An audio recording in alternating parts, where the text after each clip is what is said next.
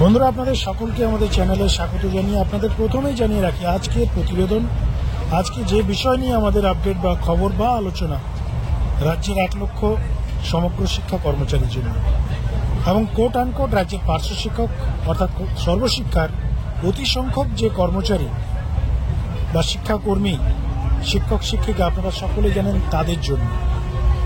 Others যারা রয়েছেন তারা প্রতিবেদন বা আমাদের এই আজকের আপডেট শুনতেও পারেন, ইচ্ছে না থাকলে নাও শুনতে পারেন, কিন্তু যারা সর্বশিক্ষার সঙ্গে যুক্ত রয়েছেন তারা অবশ্যই আজকের এই প্রতিবেদন শেষ পর্যন্ত শুনবেন। কারণ আজকে কোন পথে দাবি আদায়, ভাতা বৃদ্ধির স্ট্যাটাস কি রয়েছে বর্তমান সিচুয়েশনে এবং বর্তমান সময়ের প্রেক্ষাপট আপনারা সকলেই জানেন। আগামীকাল 6ই ডিসেম্বর আমরা বঞ্চিত ফোরামের পক্ষ থেকে রাজ্যের মাননীয় মুখ্যমন্ত্রী মমতা বন্দ্যোপাধ্যায় এবং রাজ্যের শিক্ষামন্ত্রী ব্রাত্য বসু মহাশয়কে রিমাইন্ডার দেওয়ার একটা দিন ফাইনাল করা হয়েছে।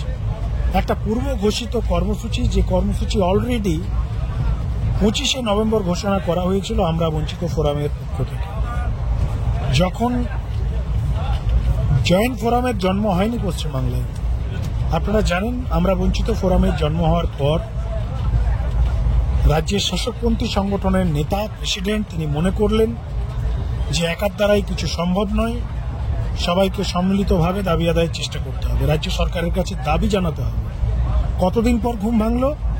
প্রায় 8 থেকে 10 বছর পর, অর্থাৎ তৃণমূল সরকার ক্ষমতায় আসা, তারপর শাসকপন্থী সংগঠন ক্রিয়েট হওয়া এবং সেই সংগঠনের সভাপতি এস এ শাসকপন্থী নেতা হিসেবে পদ গ্রহণ করার পর প্রায় 7-8 বছর পর, অর্থাৎ 2024-এ এসে তিনি মনে করলেন যে একার দ্বারাই সম্ভব নয়, শাসকপন্থী হলেও সবাইকে পাশে দরকার, সবাইকে সম্মিলিতভাবে যদি আমরা রাজ্য সরকারের কাছে দাবিপত্র জমা করি তবেই দাবি পূরণ হবে।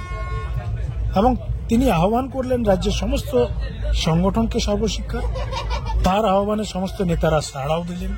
তারা সেই বৈঠকে জয়েন্ট ফোরামের জন্ম দেওয়া হলো এবং জয়েন্ট ফোরাম জন্ম দেওয়ার পর কিছু কর্মসূচির ঘোষণা করা হলো আপনারা জানেন। এবং যে কর্মসূচিগুলোর মধ্যে একটা কর্মসূচি রাজ্যের মুখ্যমন্ত্রীর কালীঘাটের বাড়িতে দাবিপত্র দেওয়া। কিন্তু তারপর যে দায়িত্বটা শাসকপন্থী সংগঠনের নেতৃত্বকে দেওয়া হয়েছিল বা সেই নেতাকে দেওয়া হয়েছিল, শিক্ষামন্ত্রীর সাথে বৈঠক থেকে শুরু করে আরো একাধিক বিষয় যেটা শাসকপন্থী সংগঠনের নেতা করতে পারেনি, যার ফলস্বরূপ পূর্ব ঘোষিত 25শে নভেম্বরের যে কর্মসূচি, যেটা অলরেডি শাসকপন্থী সংগঠনের সভাপতি বা প্রেসিডেন্ট বা শাসকপন্থী সংগঠনের কথা মতো তাদের রিকোয়েস্টে যে পূর্ব ঘোষিত কর্মসূচি বন্ধ করে দেওয়া হয়, স্টপ করে দেওয়া হয় বা স্থগিত করে দেওয়া হয়, সেই কর্মসূচি পুনরায় ঘোষণা করা হয় আমরা বঞ্চিত পক্ষ থেকে। আগামীকাল 6ই ডিসেম্বর আপনারা জানেন শিয়ালদা থেকে ধর্মতলা পর্যন্ত মিছিল এবং সেই মিছিলের পর রাজ্যের মাননীয় মুখ্যমন্ত্রী মমতা বন্দ্যোপাধ্যায়ের এবং শিক্ষামন্ত্রী ব্রাত্য বসু মহাশয়কে দাবিপত্র তুলে দেওয়া হয়। কিন্তু আজকের এই প্রতিবেদনের ট্যাগলাইন আপনারা সকলেই জানেন যে সর্বশিক্ষার শিক্ষকদের বেতন বৃদ্ধি প্রায় অনিশ্চিত, সম্ভাবনা একদম কম, সম্ভাবনা নেই বললেই চলে। তার কারণ একটাই, শিক্ষকরা বাড়িতে বসে ভাতা বৃদ্ধির খবর শুনতে চায়, শিক্ষকরা বাড়িতে বসে ভাতা বৃদ্ধির রিপোর্টিং শুনতে চায়, জিও দেখতে চায়, মুখ্যমন্ত্রীর ঘোষণা শুনতে চায়।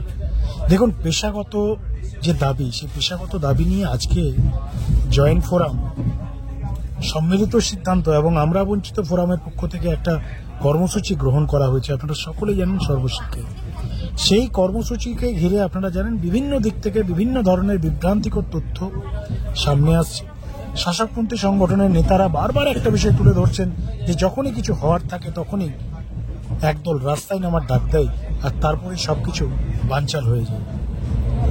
আপনাদের জানিয়ে রাখি, আমাদের কাছে যে খবর রয়েছে তাতে আগামীকাল মোটামুটি যারা নিজেদের পেশাগত বিষয় নিয়ে সচেতন, যারা দাবি আদায়ের সঠিক পথ মোটামুটি বুঝতে পেরেছেন, যারা রিয়েলাইজ করেছেন যে এই রাজ্য সরকারের আমলে ভাতা বৃদ্ধি করতে গেলে মোটামুটি রাজ্য সরকারকে মাঝে মাঝে রিমাইন্ডার দিতেই হবে, চুপচাপ বসে থাকলে বা বাড়িতে বসে থাকলে ভাতা বৃদ্ধি হবে না বা দাবি পূরণ হবে না, সেই সকল শিক্ষক শিক্ষিকারা আগামীকাল উপস্থিত হতে চলেছেন। কিন্তু সেই সংখ্যাটা একদম কম, সেই সংখ্যাটা নেই বললেই চলে। অর্থাৎ 80% শিক্ষক শিক্ষিকা আগামীকাল বাড়িতে বসে থাকবেন। তারা বাড়িতে বসে আগামীকালকে যে খবর, সে খবর শুনবেন যে কি হলো না হলো, কতজন এসছে, এবং এই সমাবেশের পর আদৌ কি কিছু পজিটিভ রিপোর্ট আসছে, এই খবরে তাদের ধ্যান থাকবে। এবং সোশ্যাল মিডিয়ায় বড় বড় ভাষণ, সোশ্যাল মিডিয়ায় বুঝতেই পারছেন বিভিন্ন ফেসবুক গ্রুপ, বিভিন্ন হোয়াটসঅ্যাপ গ্রুপ, প্রত্যেকেই বুদ্ধিজীবী, প্রত্যেকেই শিক্ষক, এক একজনের এক এক ধরনের কমেন্ট, এবং সেই কমেন্টগুলো যদি আপনারা পড়েন তাহলে বুঝতে পারবেন এখানে সবাই নেতা। আজকে সমগ্র শিক্ষার পার্শ্ব শিক্ষকদের যদি কথা বলি, 45,000-এর মধ্যে 45,000ই নেতা। নেতৃত্ব এখানে ইন্ডিভিজুয়াল কেউ নেই। আপনারা জানেন শেষ মুহূর্তে এসে ভগীরথ ঘোষ পাল্টে মেরেছে। ভগীরথ ঘোষ পার্শ্ব শিক্ষক আন্দোলনের সবচেয়ে বড় নেতা। 2019 সালে তারই নেতৃত্বে একটা ফ্লোপ আন্দোলন সংগঠিত হয়েছিল ঐক্যমঞ্চের ব্যানারে, যে নেতৃত্বে আপনারা সকলেই জানেন সুপার ফ্লপ হয়েছিল একটা ঐতিহাসিক আন্দোলন। সেই ভগীরথ ঘোষ 2021 সালের বিধানসভা ভোটের আগে আবার আন্দোলনের ডাক দেয়, কিন্তু পার্শ্ব শিক্ষকরা তাকে আর ট্রাস্ট করেনি। শেষমেশ ভগীরথ ঘোষের অস্তিত্ব প্রায় শেষ হয়ে যায়। আপনারা জানেন বর্তমানে টিআরপি বলুন, ব্র্যান্ড ভ্যালু বলুন, বা ভগীরথ ঘোষের যে পপুলারিটি জিরোতে রয়েছে, সেই ভগীরথ ঘোষ নিজের অস্তিত্ব রক্ষার লড়াইয়ের জন্য শেষমেশ বুঝতে পেরেছেন যে এখানে ঐক্যমঞ্চে থেকে বা সাইলেন্ট থেকে কিছু হবে না। শাসকমন্ত্রী সংগঠনে যদি যাওয়া যায় বা শাসকমন্ত্রী সংগঠনের নেতাদের সাথে মোটামুটি যদি টাচে থাকা যায়, অ্যাটলিস্ট আমার নেতৃত্বটা বেঁচে যাবে। যার ফলস্বরূপ ভগীরথ ঘোষ বর্তমানে শাসকপন্থী নেতৃত্বদের টাচে থাকার চেষ্টা করছেন। তিনি এই সমাবেশের মোটামুটি বকলমে বিরোধিতা বলতে পারেন। বকলমে তিনি বিরোধিতা একটা সুর, তার যে লাইভ বলুন বা তার যে পোস্ট বলুন, মোটামুটি আপনারা সকলেই বুঝতে পেরেছেন ভগীরথ ঘোষ এই সমাবেশের বিপক্ষে। ভগীরথ ঘোষ 2024-এ এসে মনে করলেন যে এই মুহূর্তে রাজ্য সরকারের সাথে আলোচনা করে দাবি আদায় করা সম্ভব, কিন্তু আলোচনাটা করবে, আলোচনাটা কার সাথে হবে, আলোচনার দায়িত্বটা নেবে কে নেবে আলোচনার দায়িত্ব? রমিউল ইসলাম শেখ।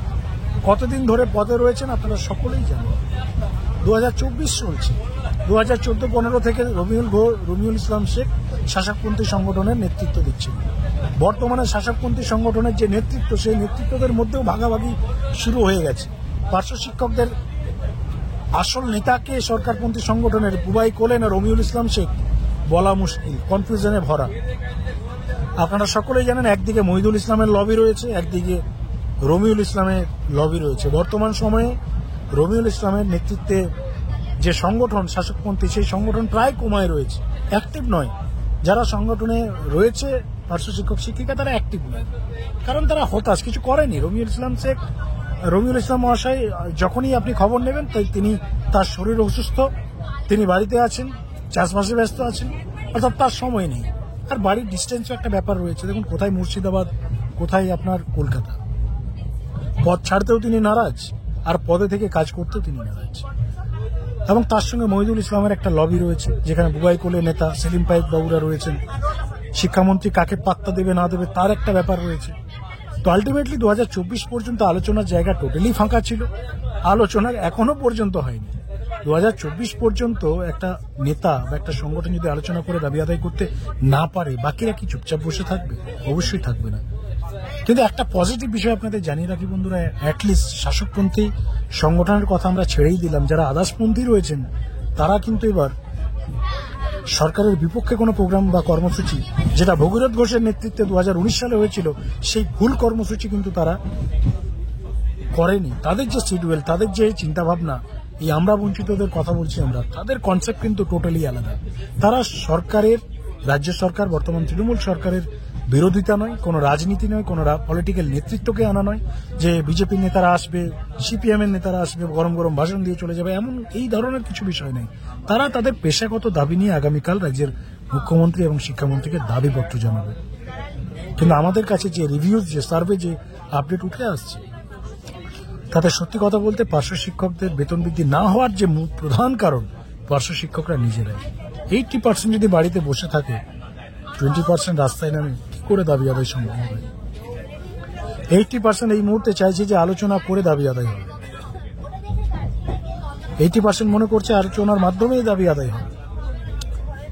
এবার বিষয় হচ্ছে 2024 পর্যন্ত তো আলোচনা অনেক হয়েছে, আলোচনাটা করবে কে? শিক্ষামন্ত্রী কি 80%-এর সাথে আলোচনা করতে আসবে, না মুখ্যমন্ত্রী আলোচনা করতে আসবে? যারা দায়িত্বে রয়েছেন তারা তো এতদিন পর্যন্ত কি আলোচনা করেছে না করেছে সকলের জানা। দেখুন, সরকারপন্থী সংগঠনের স্পেস সব দিন খোলা, তারা যখন খুশি আলোচনা করতে পারে। কিন্তু সেই সরকারপন্থী সংগঠনে এই মুহূর্তে ইস্যু বানাচ্ছে যে যখনই কিছু হওয়ার থাকে তখনই একদল রাস্তায় নামে এবং সবকিছু বানচাল হয়ে যায়। অর্থাৎ আজকের ডেটে যদি আমরা এক্স্যাক্টলি ফিগার দেখি, 20% রাস্তায় যদি নামে, 80% সরকারের পক্ষে রয়েছে বা সরকারের বিরুদ্ধে রাস্তায় নামেনি, বা তারা বাড়িতে বসে খবর শুনতে পছন্দ করছে। অর্থাৎ রাস্তায় নামার পার্সেন্টেজ 20%, বাড়িতে বসে 80%।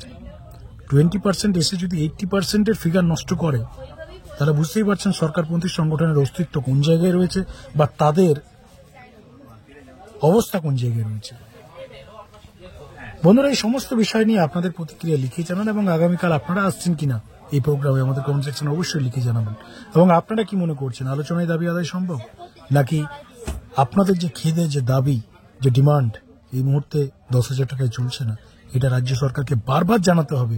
এই বারবার জানানোর মাধ্যমেই দাবি আদায় সম্ভব। অবশ্যই লিখে জানাবেন। Thank you so much.